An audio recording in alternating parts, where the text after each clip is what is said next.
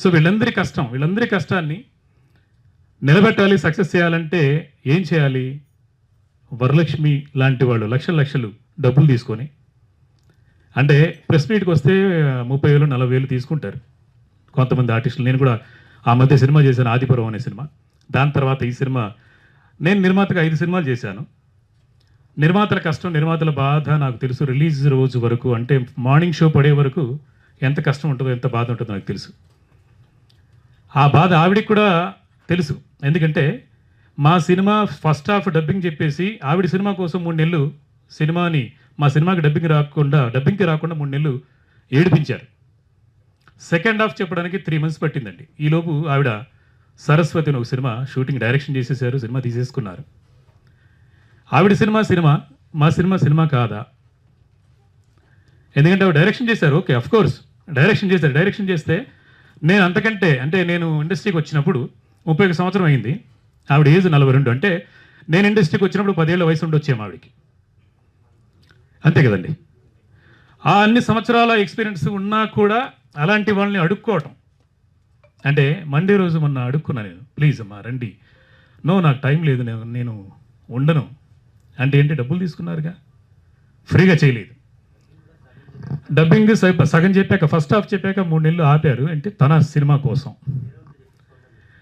3 నెలల తర్వాత అడిగితే వేరే వాళ్ళతో చెప్పించుకోండి అన్నారు. అఫ్కోర్స్ షూటింగ్లో మాత్రం ఆవిడకి చెయ్యి ఇరిగిపోయినా కూడా 2 నెలలు మేము షూటింగ్ ఆపి మళ్ళీ వచ్చిన తర్వాత షూటింగ్కి పార్టిసిపేట్ చేసింది, అది ఓకే. కట్టుకొని చేస్తే నేనే కథ మార్చుకొని, కథలోనే కొన్ని సీన్స్లో చెయ్యి విరిగిపోయింది అన్నట్టుగా ఇది చేసి మార్చుకున్నాం. సో అది కూడా ఓకే, అంటే ఆ రోజు కోఆపరేట్ చేశారు, పర్లేదని. కానీ ఆవిడ చేయరిగిపోతే కోఆపరేట్ చేశారు అన్నప్పుడు నేను ప్రతిరోజు 3 గంటల వరకే షూటింగ్ చేసి, అంటే మధ్యాహ్నం వరకే షూటింగ్ చేసి ఇంకో 3 గంటలు ప్రొడ్యూసర్ గారిని నష్టపరుస్తూ సినిమా చేసింది ఒక వారం రోజులు. దానికి కూడా మేమేం అనుకోలేదు. సర్లే పాపం ఆవిడకి గాయమైంది, దెబ్బ తగిలింది కాబట్టి మనం కోఆపరేట్ చేయాలి, మన సినిమాలోనే జరిగింది కాబట్టి అని చెప్పేసి కోఆపరేట్ చేస్తాం, అది కూడా ఓకే. ఇవాళ ఈ సినిమా కోసం కృతి వర్మ ఎక్కడో ముంబై నుంచి అంటే నేను ఇందులో ఒక చిన్న పార్ట్ చేశాను, దానికోసం నేను రావాలి, చేయాలి, సపోర్ట్ చేయాలి అని చెప్పేసి వచ్చినటువంటి ఎంఐ గ్రేట్. అండ్ చిన్నపిల్ల, అంటే 10 ఏళ్ళు కూడా లేనటువంటి ఒక అమ్మాయి కూడా 24 hours వర్క్ చేసింది అదే రోజు. 24 గంటలు ఒక 7 ఏళ్ల పాప వర్క్ చేయటం చాలా గొప్ప. అమ్మాయికి ఈ పత్రికా ముఖంగా థ్యాంక్స్ చెప్తున్నాను. మా thank you baby, thank you so much, love you. ప్రమోషన్స్కి వీళ్ళు వస్తున్నారు, చిన్న పిల్లలు వస్తున్నారు. అండ్ పెద్ద సినిమా రామ్ చరణ్ గారిది, అంత పెద్ద 350 కోట్లు పెట్టి సినిమా చేసినటువంటి అంత పెద్దవాళ్ళు కూడా ప్రతి ప్రమోషన్ ప్రతిరోజు వదలకుండా ఏదో రకంగా మీడియా ముఖంగా ముందుకు రావటం, జనాలకు తెలియటం, జనానికి మన సినిమా తెలియాలని చెప్పేసి వాళ్ళు ట్రై చేస్తున్నారు.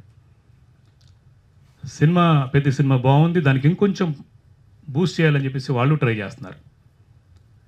వాళ్ళు చాలా గొప్ప, గ్రేట్. అండ్ వాళ్ళతో పాటు ఇంకా ముఖ్యంగా చెప్పాలంటే సంగీతం శ్రీనివాసరావు గారు 94 సంవత్సరాల వయసులో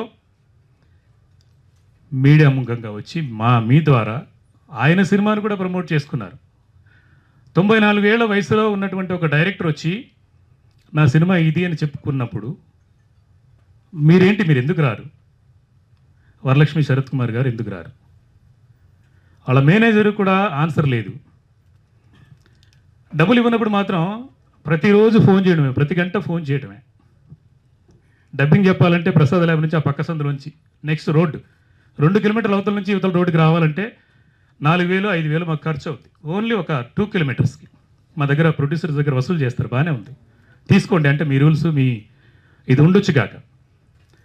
కానీ పోలీస్ కంప్లైంట్ సినిమా మీకు జీవితాన్ని ఇస్తుంది, కానీ మీరు ప్రమోషన్ చేయకపోవడం వల్ల మాలాంటి దర్శకులకి, నిర్మాతలకి జీవితాన్ని పోగొడుతుంది.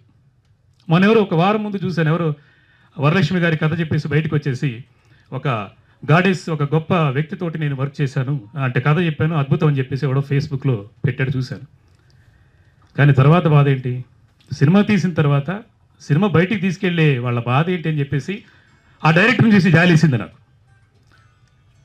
ఆవిడ పని చేయడంలో తప్పులేదు, సిన్సియర్గా వర్క్ చేస్తారు, టైంకి వస్తారు, చాలా ఎఫర్ట్ పెడతారు. ఆ వర్కింగ్ షూటింగ్ కోసం మాత్రమే కాదు, యాక్టింగ్ కోసమే మాత్రమే కాదు, సినిమా ప్రమోషన్ కోసం కూడా పెట్టాలి. ఇది మాత్రం చాలా అన్యాయం వరలక్ష్మి గారు.